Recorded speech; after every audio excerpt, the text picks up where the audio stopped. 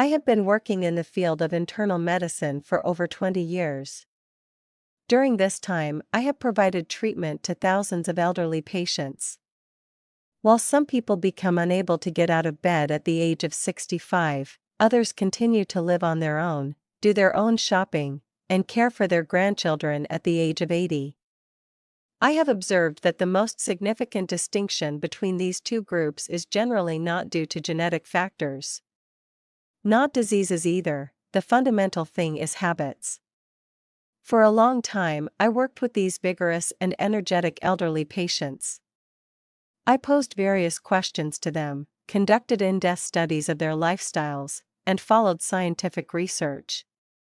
Ultimately, the result was quite clear. I identified 8 common habits that recurred prominently in all of these individuals. Today, I plan to share these habits with you. Additionally, I will do so by supporting them with medical and scientific findings. Because it is important that this information is based on solid data rather than tabloid news. If you are ready, then let's begin. Habit 1: Morning light exposure. The first part of this habit is spending time outdoors in the morning. At first glance, it may seem like an easy practice. However, there is a very important physiological mechanism behind this action. The suprachiasmatic nucleus, located in the hypothalamus region of the brain, functions as a structure that governs the body's biological rhythm. The moment you are exposed to morning sunlight, this center becomes active and increases the body's cortisol secretion. Although many people perceive cortisol as a stress hormone, the function of morning cortisol levels is very different. This hormone prepares the body for the new day. It activates metabolism and ensures a balanced start to blood sugar levels. Additionally, morning light also helps regulate melatonin secretion. Melatonin is a hormone related to the sleep cycle. When exposed to sunlight, your body can better perceive the nighttime cycle, which improves the quality of your nighttime sleep. A common problem encountered in individuals aged 70 and above is the complaint of "I can't sleep at night, but I feel sleepy all day long." One of the most common causes of this condition is insufficient morning light exposure. The practical application recommendation is as follows: being outdoors within the first 30 to 60 minutes after waking up in the morning. While a space like a balcony is sufficient, standing in front of a window may not be. Glass filters out the blue wavelength of sunlight. Even on cloudy days, it is important to be outdoors. Habit 2: Consistent physical activity. Before moving on to this second habit, I need to clear up some misunderstandings. Based on my clinical experience, I sometimes hear the following words from my elderly patients: "Doctor, I'm already tired. Wouldn't rest be better for me?"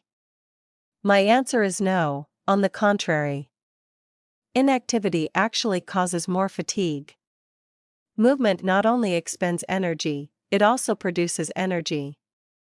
To illustrate this concretely, let's review physiological processes. When muscles are active, the functionality of the energy production center called mitochondria increases. Regular physical activity elevates the potential of this energy powerhouse. Thus, as one becomes more active, the energy needed for daily life can be obtained more easily. Additionally, physical activity increases the brain's levels of a neurotrophic factor called BDNF.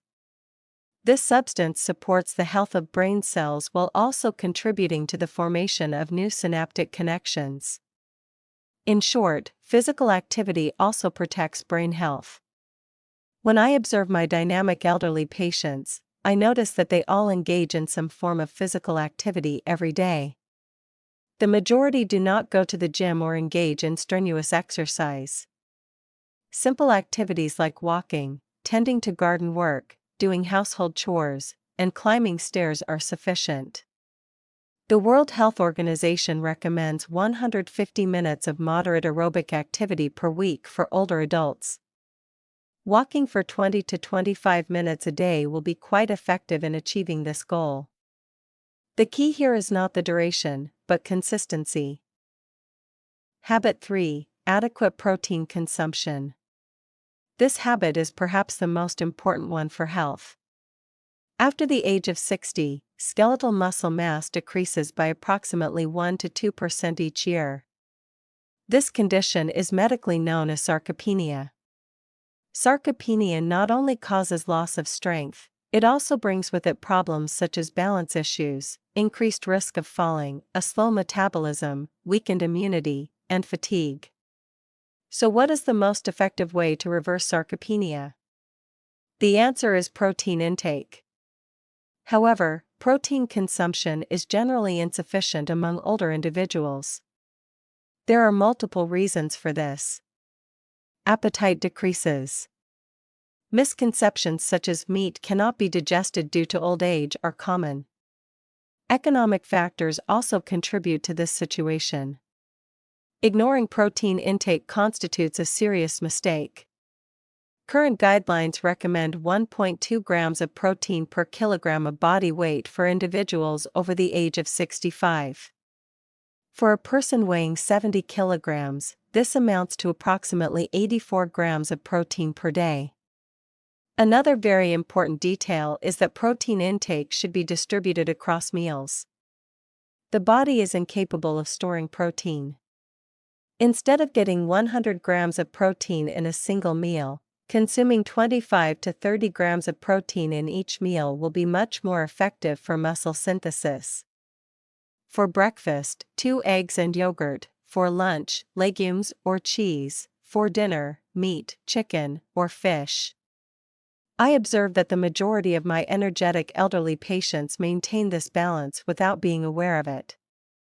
Habit 4. Pay attention to sleep patterns. Sleep habits change during the aging process. This is a fact. However, this does not mean that sleep duration decreases. This is the most commonly misunderstood aspect. Sleep patterns change. Deep sleep stages shorten, falling asleep may become more difficult, and nighttime sleep disruptions may increase. However, the sleep requirement for individuals over the age of 65 is generally between 7 and 8 hours. In my clinical experience, a large portion of elderly patients complaining of fatigue suffer from sleep disorder. The primary cause of this problem is typically inadequate sleep hygiene. So what is sleep hygiene? It is a collection of behavioral habits that directly affect sleep quality. I observe certain common characteristics in healthy elderly patients. They go to bed at a specific time every day and wake up at the same time. They do not alter this routine on weekends. They avoid exposure to blue light before bedtime and take care to stay away from television or phone screens. They are developing the habit of using their bedrooms only for sleep. To put it scientifically, the regularity of the circadian rhythm, that is, the consistency of the biological clock, directly affects sleep quality. When there is a disruption in this rhythm, not only sleep but also the immune system, hormone balance, and metabolism are adversely affected. Consider a person who falls asleep at different times each night and wakes up at different times in the morning. In this case, the individual's body remains under the constant influence of jet lag. Fatigue is an inevitable consequence of this situation. Habit 5. Social connection. In recent years, the issue of social connection in the field of health has begun to be addressed much more seriously. In 2023, the U.S. Surgeon General issued a statement declaring loneliness a public health issue. This is not merely a symbolic statement, it is backed by solid data. Harvard University's studies spanning over 80 years have revealed that the most significant factor for a long and healthy life is the quality of social relationships. It is not cholesterol levels, body mass index, or exercise habits, rather, it is social connections that are the primary determinant. When examined from a physiological perspective, the situation becomes clear. Chronic loneliness weakens the immune system by keeping cortisol levels constantly high, increases inflammation, and strains the cardiovascular system. It has been documented that loneliness increases the risk of heart disease by 29% and the risk of stroke by 32%. A similar situation holds true for brain health. While social isolation accelerates cognitive decline, social interaction keeps brain functions active and helps establish new synaptic connections. My energetic elderly patients spend time with their neighbors without losing touch with their communities, meet with family members regularly, and participate in associations, mosques, or business groups. This is both a social need and a vital health requirement. Pushpin Habit 6: Life Purpose. This habit, although it does not appear to fit clinical definitions, is one of the most significant in terms of its impact. Japanese researchers have examined the concept of ikigai from a scientific perspective. Ikigai can be expressed as the meaning of life or reason for being. Research conducted in communities in Japan's Okinawa region where individuals exceeding 100 years of age are common has shown that having a strong life purpose significantly reduces the risk of death. What is the underlying mechanism for this? Life purpose activates the prefrontal cortex. This brain region contributes to executive functions, motivation, and emotion regulation. An active prefrontal cortex reduces stress responses. Cortisol levels follow a more balanced course, and the immune system functions more efficiently. In my clinical observations, I clearly see that patients who lose their life purpose after retirement deteriorate rapidly. Cases of chronic pain and depression increase, and cognitive decline accelerates. On the other hand, the condition of patients who have even a small purpose is much better. The goal does not have to be big: taking care of the garden, teaching something to grandchildren, helping neighbors, or doing a small chore is enough. The important thing is to find a reason to wake up every morning. Habituation 7: Stress Management.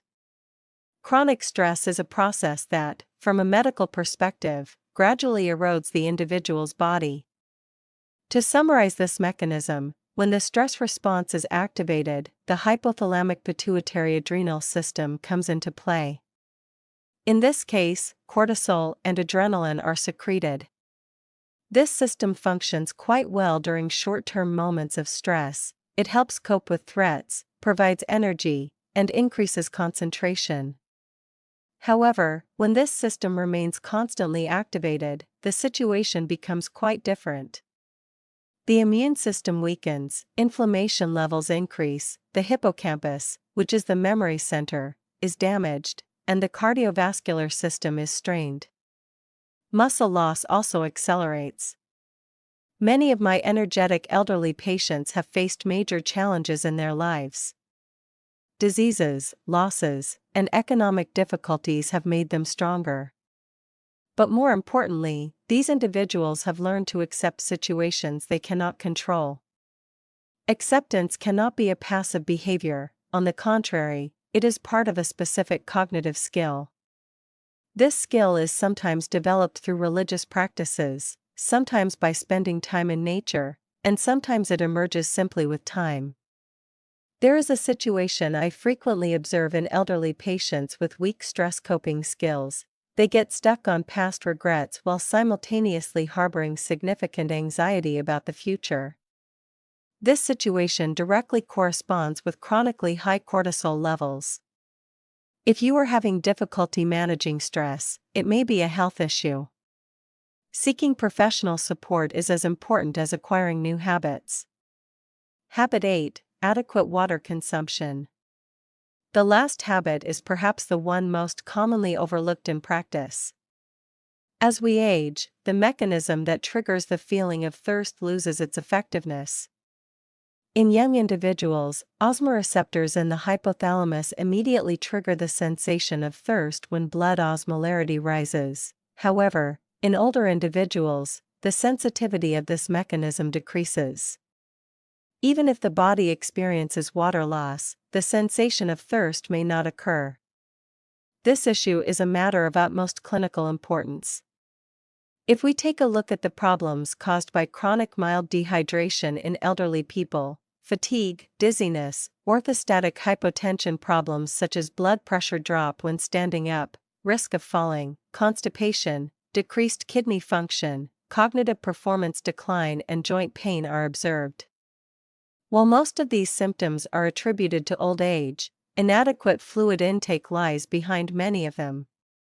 My energetic elderly patients have made water consumption a habit. They drink water at regular intervals, not only when they are thirsty.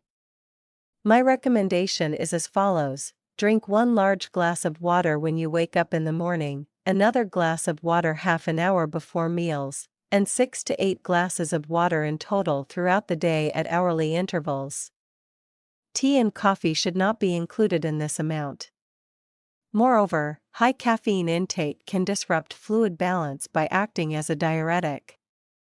Through over 2 decades of clinical experience, I have learned this: aging is inevitable, but how we age is largely within our control. If I briefly summarize these 8 habits: getting morning sunlight, engaging in regular daily physical activity, consuming adequate protein at every meal, paying attention to sleep patterns, maintaining social connections, finding life purpose, managing stress in a healthy way, and drinking enough water. These are not medications and do not impose any financial burden. However, when used together, they can provide benefits exceeding those of many medications. I always remind my patients, the best way to maintain good health is to practice these simple habits. If you found this video helpful, don't forget to like it and subscribe. Please ask your questions in the comments section. I will try my best to answer them. I wish you healthy days.